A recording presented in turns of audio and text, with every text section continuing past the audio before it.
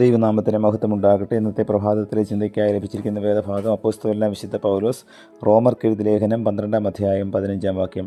സന്തോഷിക്കുന്നവരോടുകൂടെ സന്തോഷിക്കുകയും കരയുന്നവരോടുകൂടെ കരയുകയും ചെയ്യുവീൻ.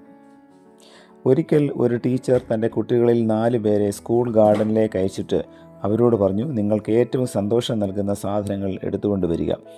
കുട്ടികൾ ഗാർഡനിലേക്ക് പോയി. ഒരാൾ വളരെ സുന്ദരമായ ഒരു പൂവ് കൊണ്ടുവന്ന് ടീച്ചറുടെ കയ്യിൽ കൊടുത്തു. മറ്റൊരുവൻ ഒരു പൂമ്പാറ്റയെ, മൂന്നാമൻ ഒരു കിളിക്കുഞ്ഞിനെ കൊണ്ടുവന്നു, നാലാമൻ വെറും കൈയായി തിരികെ വന്നു. ടീച്ചർ ചോദിച്ചു, എന്താണ് നീ ഒന്നും കൊണ്ടുവരാഞ്ഞത്? സന്തോഷം ലഭിക്കുന്ന ഒന്നും നീ കണ്ടില്ലേ? ആ കുട്ടി പറഞ്ഞു, ടീച്ചർ, നമ്മുടെ പൂന്തോട്ടം മുഴുവൻ സന്തോഷം നൽകുന്നതാണ്. പക്ഷേ പൂവുകൾ ഇറുക്കുമ്പോൾ അവ വാടിപ്പോകുന്നതിനാൽ സന്തോഷവും നഷ്ടപ്പെട്ടു പോകും. ഞാൻ പൂമ്പാറ്റകളെ കണ്ടു, പക്ഷേ അവയെ പിടിച്ചാൽ താമസിയാതെ അവയുടെ ജീവൻ നഷ്ടപ്പെടാൻ സാധ്യതയുണ്ട്.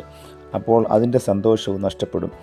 കിളിക്കുഞ്ഞുങ്ങളെയും ഞാൻ കണ്ടു, പക്ഷേ ഞാൻ അവയെ എടുത്താൽ അവയുടെ തള്ളക്കിളികൾ കരയും. അപ്പോൾ എന്ത് സന്തോഷമാണ്! മറ്റ് സന്തോഷം നൽകുന്ന പല വസ്തുക്കളും ഉണ്ടായിരുന്നു. എന്നാൽ അവയെ അതത് ഇടങ്ങളിൽ തന്നെ സംരക്ഷിക്കുന്നതാണ് സന്തോഷം. അതുകൊണ്ടാണ് ഞാൻ ഒന്നും എടുക്കാതെ തിരികെ വന്നത്. ടീച്ചർ അവനെ ആലിംഗനം ചെയ്തു.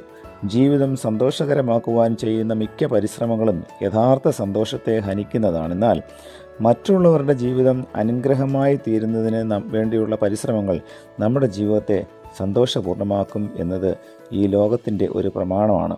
പലരും തങ്ങളുടെ സന്തോഷത്തിനും സുഖത്തിനും വേണ്ടി ഈ പ്രകൃതിയിലെ എന്തെല്ലാം നന്മകളെയാണ് ഇല്ലാതെയാക്കുന്നത്. സ്വാർത്ഥപരമായി പ്രകൃതിയെ ചൂഷണം ചെയ്യുന്നതും നമ്മുടെ സൗകര്യാനുസരണം അവയെ ഉപയോഗിക്കുന്നതും നാളെ നമുക്ക് തന്നെ വിനാശകരമായി ഭവിക്കും. പ്രകൃതിയോട് ഇണങ്ങി ജീവിക്കുന്നതാണ് യഥാർത്ഥ സന്തോഷം.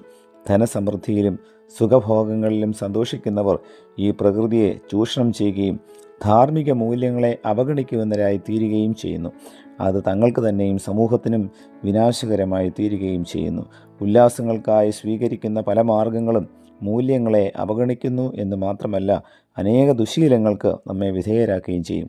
അതിനാൽ അമ്മാതിരി മാർഗങ്ങൾ തങ്ങൾക്കും മറ്റുള്ളവർക്കും വിനാശകരമായി ഭവിക്കുന്നു. സ്വാർത്ഥതയും സുഖഭോഗങ്ങളും ഒരിക്കലും സന്തോഷം നൽകുകയില്ല. എന്നാൽ മറ്റുള്ളവരുടെ നന്മയ്ക്കായി നാം ജീവിക്കുമ്പോൾ അത് അവർക്കും നമുക്കും സന്തോഷത്തിനുള്ള മുഖാന്തരമായി ഭവിക്കും. മറ്റുള്ളവരുടെ നന്മയ്ക്കായി പ്രവർത്തിക്കുന്നവർ ഒരിക്കലും ദുഃഖിക്കേണ്ടി വരില്ല. ശേഖരിച്ച് വയ്ക്കുന്നതിലല്ല, പങ്കിടുന്നതിൽ സന്തോഷം കണ്ടെത്തുവാൻ കഴിയണം. പ്രകൃതിയുടെ സംരക്ഷണം മറ്റുള്ളവരുടെ നന്മയ്ക്ക് അനിവാര്യമാണ്. വരും തലമുറകൾക്ക് വേണ്ടി പ്രകൃതി സംരക്ഷിക്കപ്പെടേണ്ടതാണ്. സ്വസുഖങ്ങൾക്കായി പ്രകൃതിയെയും വിഭവങ്ങളെയും ചൂഷണം ചെയ്യാതെ മറ്റുള്ളവരുടെ നന്മയ്ക്കും സന്തോഷത്തിനുമായി ജീവിപ്പാൻ നമുക്കും നമ്മെ തന്നെ ദൈവകരങ്ങളിൽ സമർപ്പിക്കാം. പ്രാർത്ഥിക്കാം. പ്രിയ കർത്താവേ, ലഭിച്ച വചനത്തിനായി നന്ദിയോടെ സ്തോത്രം. മറ്റുള്ളവരുടെ നന്മയ്ക്കായി ദൈവമേ, എൻ്റെ സ്വാർത്ഥതയെ വെടിയുവാൻ തക്കവണ്ണം അവിടുന്ന് സഹായിക്കണമേ. വചനത്താൽ ധന്യരാക്കിയതിനായി സ്തോത്രം. പുത്രൻ്റെ നാമത്തിൽ പ്രാർത്ഥന കേൾക്കണം പിതാവേ. ആമേൻ.